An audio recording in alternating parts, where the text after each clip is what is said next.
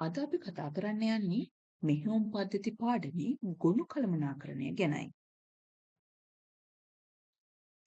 ගොනු වාචන කළමනාකරණය යටතේ ප්‍රධාන විභාජන ආකාර තුනක් ගැන අපි කතා කරමු. එකක් ව්‍යාපෘත විභාජනය අපි කියනවා continuous allocation කියනවා. ඊළඟට සබඳ විභාජනය linked allocation, අනුක්‍රමික විභාජනය index allocation.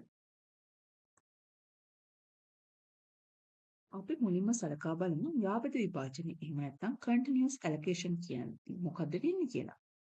මෙතනදී ඔයගලන්ට පෙනෙන රූපසටහනේ hard disk එක රූපසටහනක් තමයි පෙන්වන්න කරන්නේ. file A, file B, file C කියන files තුනක් මේ hard disk එකේ store වෙලා තියෙනවා. යාපද බලන්න වචනෙන්ම ඔයගලන්ට පේනවා යාපද කියන්නේ එක ළඟ අනුයාතව ෆයිල් ටික තැන්පත් වීම තමයි මෙහිදී සිද්ධ වෙන්නේ. මේ සුවිශේෂී ලක්ෂණ වෙන්නේ සරලයි. ප්‍රවේශය පහසුයි. ගොනුව නිර්මාණය වන අවස්ථාවේදී ගොනුවේ ප්‍රමාණය අපි හරියටම දන්නේ නැහැ. ගොනුවේ ප්‍රමාණය වැඩි කර ගැනීම නිසා අපහසු වෙනවා. බාහිර ඛණ්ඩනයක් සිදුවිය හැකියි. ක්‍රියාත්මක කිරීම පහසුයි. එක පෙළට බ්ලොක් කීපයක් තුළ ගොනුව තැන්පත් වීම නිසා ප්‍රවේශ වේගය ගොඩක් වැඩි වෙනවා.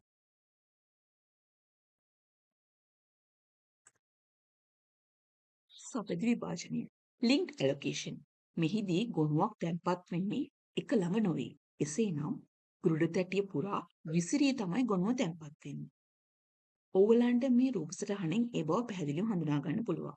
බලන්න A කියන ෆයිල් එක තැන්පත් වීම ආරම්භ කරන්නේ දෙවෙනි කැටිත්තෙන්. එය අවසාන වන්නේ 14 වෙනි කැටිත්තෙන්. එහෙනම් අපි බලමු මේ A කියන ෆයිල් එක කොහොමද තැන්පත් වෙන්නේ කියලා. බලන්න පළවෙනි වටම යන්නේ දෙවෙනි දත්ත කැටිත්තට. එහි සඳහන් වෙනවා 7 වෙනි දත්ත කැටිත්තේ තමයි ඊළඟට තැන්පත් වීම ආරම්භ කරන්න කියලා. 7 වෙනි දත්ත කැටිත්තේ දත්ත තැන්පත් කරලා අවසන් වුණාම 9 වෙනි දත්ත කැටිත්තටත් අනතුරු 11 වෙනි දත්ත කැටිත්තටත් අවසානයේ 14 වෙනි දත්ත කැටිත්තටත් දත්ත තැන්පත් වීම සඳහා ප්‍රවේශ වෙනවා. බලන්න 14 වෙනි දත්ත කැටිත්තේ ඍණ 1 කියලා සඳහන් කරලා තියෙනවා. ඒ කියන්නේ මේ ගොනුව තැන්පත් වෙලා අවසාන වෙන්නේ 14 වෙනි දත්ත කැටිත්තේ. දැන් ඕගලන්ට පැහැදිලි වෙනවා ඇති සබඳ විභාජනයේදී ඒ කියන ගොනුව තැන්පත් උනේ කොහොමද කියලා. ඊළඟට අපි සලකා බලමු සබඳ විභාජනයේ සුවිශේෂී ලක්ෂණ මොනවද කියලා. බාහිර ඛණ්ඩනයක් සිද්ධ වෙන්නේ නැහැ. ගොනුවේ ප්‍රමාණය පහසුවෙන් වර්ධනය කරගන්න පුළුවන්. ගොනුවේ දත්ත කරා ප්‍රවේශ වීමට සෙවීම් ගණනාවක් අවශ්‍ය වෙනවා.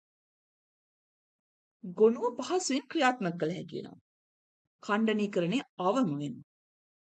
සෙවීම් ගණනාවක් අවශ්‍ය වෙන නිසා සබඳ විභාජනයේදී ගොනුවට ප්‍රවේශ වීම සිද්ධ වන්නේ හිමින්. අනුක්‍රමික විභාජනය index allocation මෙහිදී දත්ත තැන්පත් වීම නිරූපණය කිරීම සඳහා සුචි වග්ගුව නම් වග්ගුවක් භාවිතා කරනවා. මේ තැන්පත් කරලා තියෙන්නේ ගොනු පාලන ඛණ්ඩය තුල.